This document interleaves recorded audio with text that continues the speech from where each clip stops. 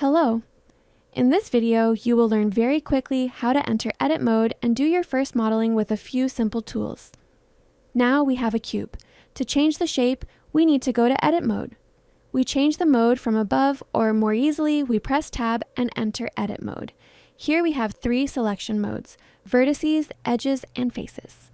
We switch between them with the keys 1, 2, 3.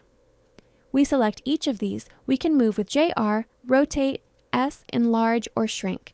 We test on a vertex, edge, or face to see the change. Now we enter object mode and select the cube and delete it. By holding Shift A, then in the mesh section, we select the monkey.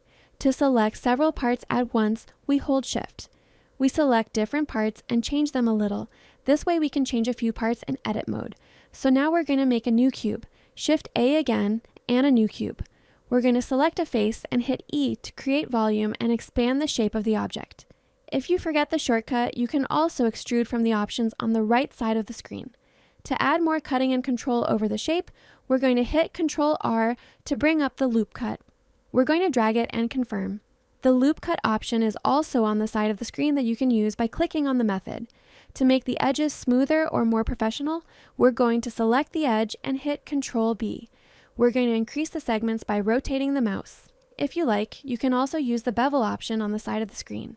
Finally, we're going to tab back to object mode and look at the model we created from several angles. These are the first basic modeling tools in Blender. With these few, you can start any model.